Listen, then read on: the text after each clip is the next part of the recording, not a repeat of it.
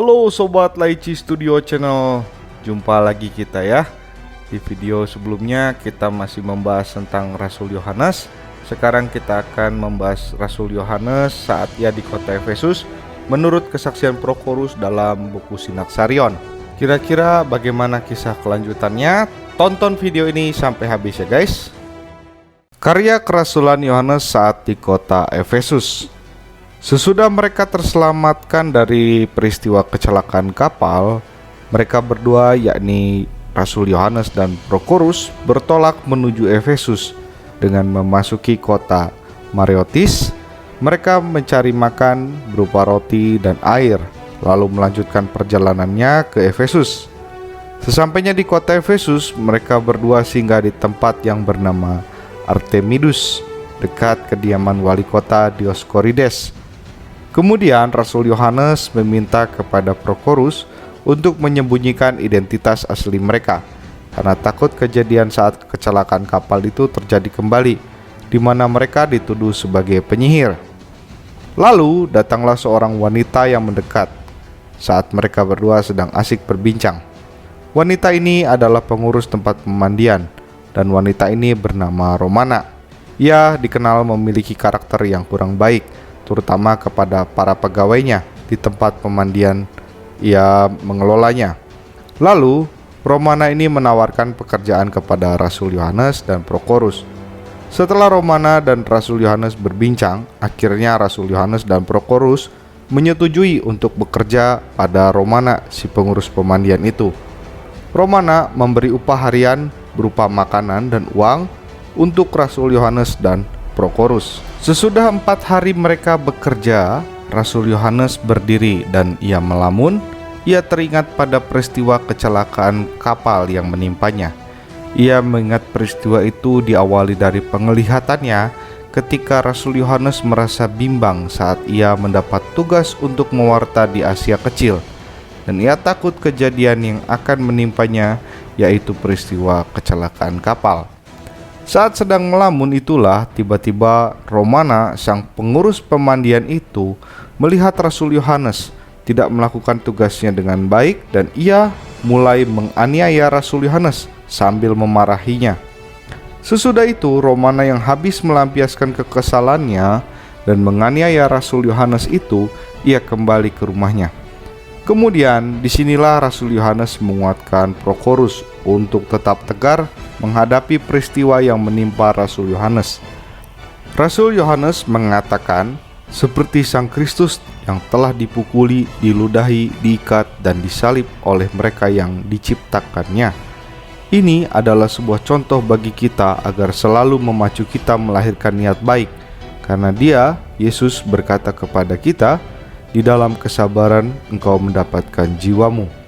Kemudian Rasul Yohanes dan Prochorus melanjutkan pekerjaannya lagi. Beberapa hari setelah itu timbullah niat jahat Romana untuk membuat Rasul Yohanes dan Prochorus menjadi budak sah dari Romana.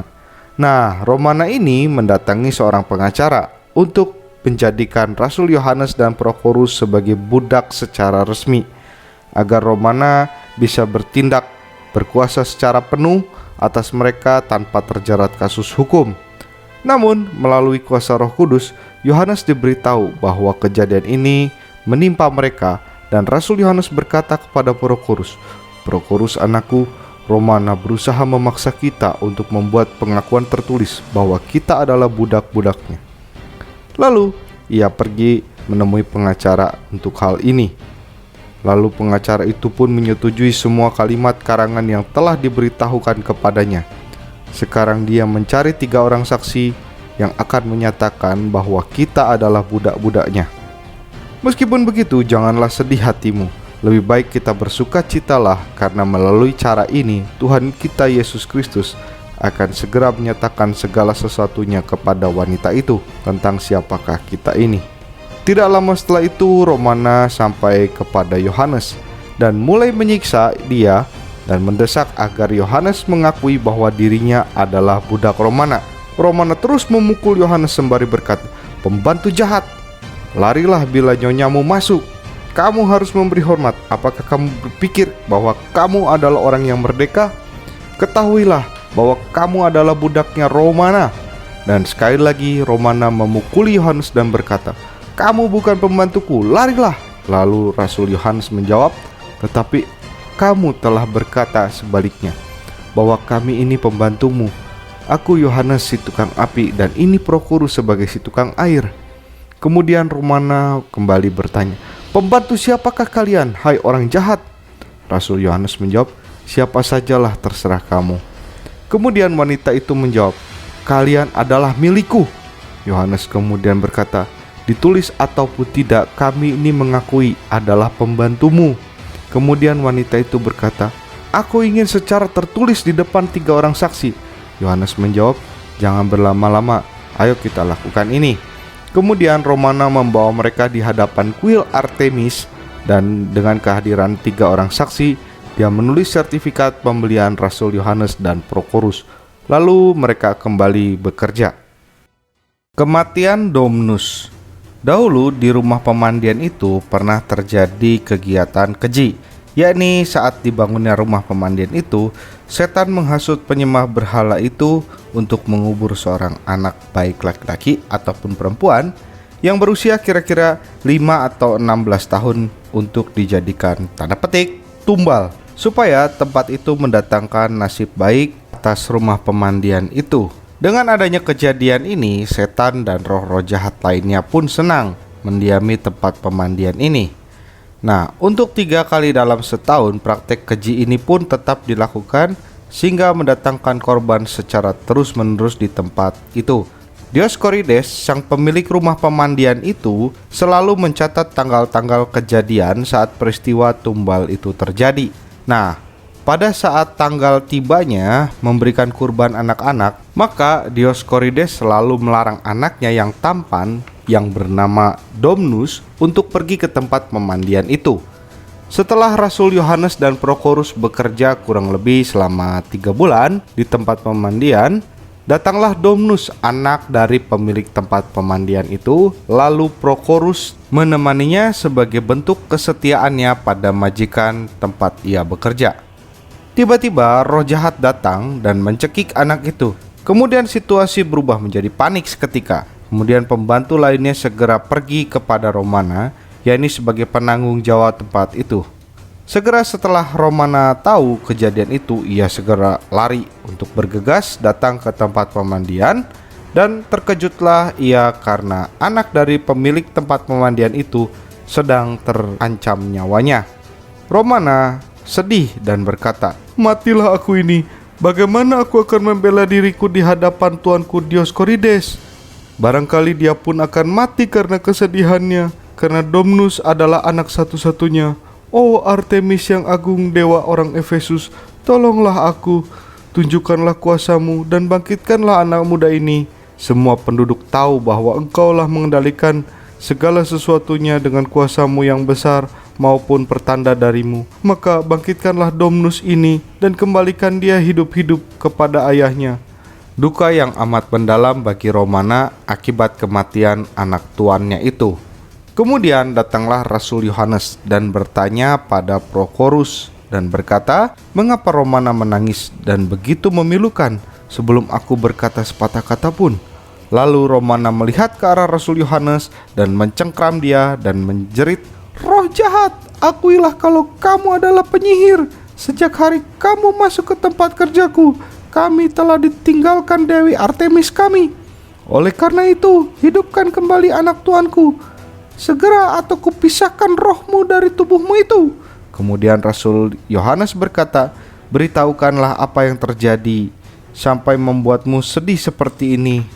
Lalu seketika Romana melayangkan tinjunya kepada Rasul Yohanes sembari berkata, pembantu jahat, semua orang Efesus tahu apa yang telah terjadi, dan kamu sekarang mengesalkan aku dengan berkata, kamu tidak tahu bencana apa yang akan menimpaku.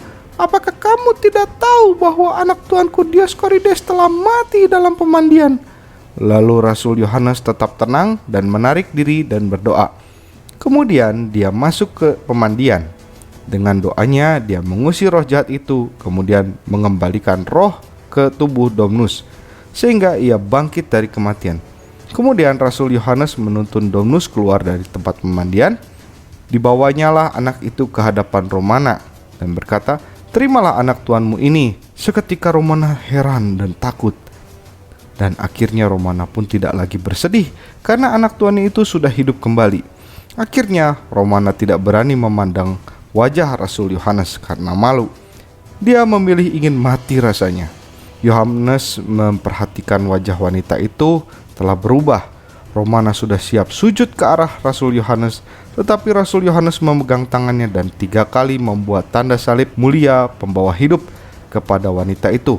Kemudian Romana menangis dengan sangat pilu sembari berkata, "Kumohon dengan sangat kepadamu, beritahukanlah siapa dirimu, agar aku dapat memperlakukanmu sebagai Allah atau anak Allah." Kemudian Rasul Yohanes berkata, "Aku bukanlah Allah ataupun anak Allah. Aku Yohanes, murid dari anak Allah. Aku telah berbaring di dadanya dan telah mendengarkan misteri ilahi. Jika kamu percaya padanya, kamu akan menjadi pelayannya, seperti aku sebagai hambanya." Mendengar itu, Romana takut dan menyesal dan berkata kepada Rasul Yohanes, "Oh manusia yang dari Allah, maafkanlah aku untuk semua hal, terlebih dahulu yang aku telah langgar dan berani melawanmu." Lalu Rasul Yohanes berkata, "Jikalau kamu percaya di dalam Tuhan kita Yesus Kristus, semua perbuatanmu akan diampuninya." Kemudian Romana menjawab, "Aku percaya, oh manusia yang dari Allah, pada setiap perkataan yang datang dari mulutmu." Kematian Dioskorides. Sementara kejadian ini berlangsung, Dioskorides, pemilik dari rumah pemandian sekaligus ayah dari Domnus, telah mengetahui kabar kematian anaknya. Lalu tidak lama Dioskorides mati karena kesedihannya. Para pembantunya pun tergopoh-gopoh mencari Domnus yang sedang bersama Yohanes. Ketika Domnus mendengar cerita itu, ia berlari segera ke rumahnya dan Domnus menemukan ayahnya sudah terbaring mati. Kemudian Domnus segera kembali kepada Rasul Yohanes dan tersungkur di kaki Yohanes sembari menangisi kematian ayahnya. Kemudian Domnus berkata, "Oh manusia yang dari Allah, seperti aku yang telah kau bangkitkan dari kematian, perbuatlah hal yang sama untuk ayahku ini yang mati karena aku. Lebih baik aku mati daripada melihat ayahku mati." Kemudian Rasul Yohanes memegang tangan anak itu, mengangkatnya dan berkata, "Jangan bersedih anakku, karena kematian ayahmu akan mengantarkan kehidupan bagi kalian." Kemudian Rasul Yohanes menggandeng tangan anak itu dan mengajak ke rumah di mana jasad Dioskorides berada. Romana dan orang-orang lain mengikuti mereka dari belakang. Kemudian Rasul Yohanes membuat permohonan dan sambil memegang tangan Dioskorides dan berseru, "Dalam nama Yesus Kristus Tuhan, bangkitlah." Dan segera Dioskorides duduk. Semua orang yang menyaksikan itu terheran dan dilanda kekagumannya. Namun beberapa orang mengatakan bahwa Yohanes adalah seorang dewa. Ada juga yang lain mengatakan bahwa ia adalah ahli nujum atau ahli sihir. Secara perlahan Dioskorides mulai berangsur pulih kesadarannya. Lalu Dioskorides berkata kepada Rasul Yohanes, "Oh manusia yang datang dari Allah, engkau telah memberikan hidup kepadaku dan anakku." Rasul Yohanes menjawab, "Yesus Kristus anak Allah yang aku khotbahkan, dialah yang telah memberikan hidup itu kepadamu dan anakmu." Kemudian Dioskorides bersujud di kaki Yohanes dan berkata, "Lihatlah aku, anakku, dan semua milikku, kuserahkan pada genggaman tanganmu." Lalu Dioskorides menunjukkan semua harta kekayaannya kepada Rasul Yohanes dan berkata, "Ambillah ini semua dan jadikan kami ini hamba Allahmu." Lalu Rasul Yohanes berkata, "Aku maupun Allahku tidak membutuhkan hartamu itu, karena kami telah meninggalkan semuanya untuk mengikuti Dia." Dioskorides melanjutkan, "Lalu kemanakah engkau mengikutinya?" Rasul Yohanes berkata, "Dengarkanlah tentang misteri ilahi, hai Dioskorides. Allah yang Maha Pengasih dan Maha Baik menyaksikan umat manusia telah digelapkan oleh penipuan besar berupa penyembahan para setan karena ketidaktahuan mereka. Maka Dia menaruh kasihan kepada ciptaannya itu, lalu Dia mengirim anaknya ke dunia.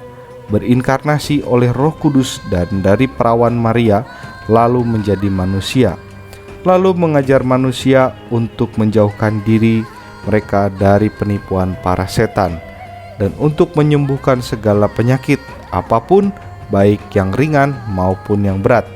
Dia membuat bangsa Yahudi menghukum dirinya di kayu salib. Untuk itu, dia telah menentukan takdirnya sendiri.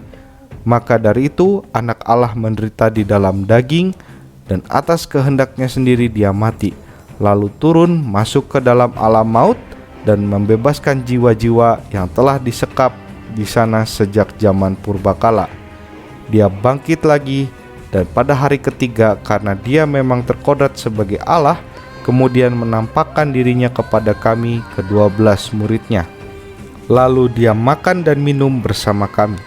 Selanjutnya dia memerintahkan kami untuk pergi ke seluruh penjuru dunia untuk mengajar, membaptis orang-orang dalam nama Sang Bapa, Anak, dan Roh Kudus. Oleh karena itu semua orang yang percaya kepadanya dan dibaptiskan akan diselamatkan, dan bagi orang yang tidak percaya akan dihukum. Baptisan Dioskorides, Domnus, dan Romana. Dioskorides berkata kepada Yohanes, "Hai manusia yang datang dari Allah, baptislah kami dalam nama Allahmu." Yohanes menjawab, "Perintahkan semua orang yang ada di sini untuk keluar." Ketika semua orang lainnya sudah meninggalkan rumah itu, sementara itu Romana datang untuk membawa dokumen sertifikat pembelian budak atas nama Rasul Yohanes dan Prokorus. Ia tersungkur sujud di kaki Rasul Yohanes sembari menangis dan berkata, "Ambillah ini dan robeklah tulisan tanganku yang berdosa ini, dan berilah aku materai Kristen dari baptisan suci." Lalu Rasul Yohanes mengambil kertas itu dan merobeknya berkeping-keping. Saat itu Rasul Yohanes membaptis Dioskorides, Domnus anaknya, dan Romana. Setelah itu, atas permintaan Dioskorides, Rasul Yohanes dan Prokorus diajak ke tempat pemandian di mana lokasi roh jahat itu berada yang telah membunuh korban-korbannya. Lalu Rasul Yohanes mengusir roh itu keluar. Selanjutnya Dioskorides mengajak Rasul Yohanes dan Prokorus ke rumahnya untuk mengadakan perjamuan sebagai wujud syukurnya kepada Allah, lalu makan bersama. Selanjutnya Rasul Yohanes dan Prokorus menetap untuk sementara waktu di rumah Dioskorides. Nah, bagaimana kisah kelanjutan tentang Rasul Yohanes ini? Tunggu di video berikutnya. Sampai jumpa. Oke, sampai jumpa lagi di video selanjutnya. Bagi kamu yang merasa terberkati oleh channel ini, jangan lupa klik tombol jempol ke atas atau tombol like-nya kalau kamu suka dengan video ini, dan klik tombol subscribe supaya kamu bisa terus pantau perkembangan video selanjutnya. Berikan juga komentar dan saranmu di kolom komentar. Tuhan Yesus memberkati.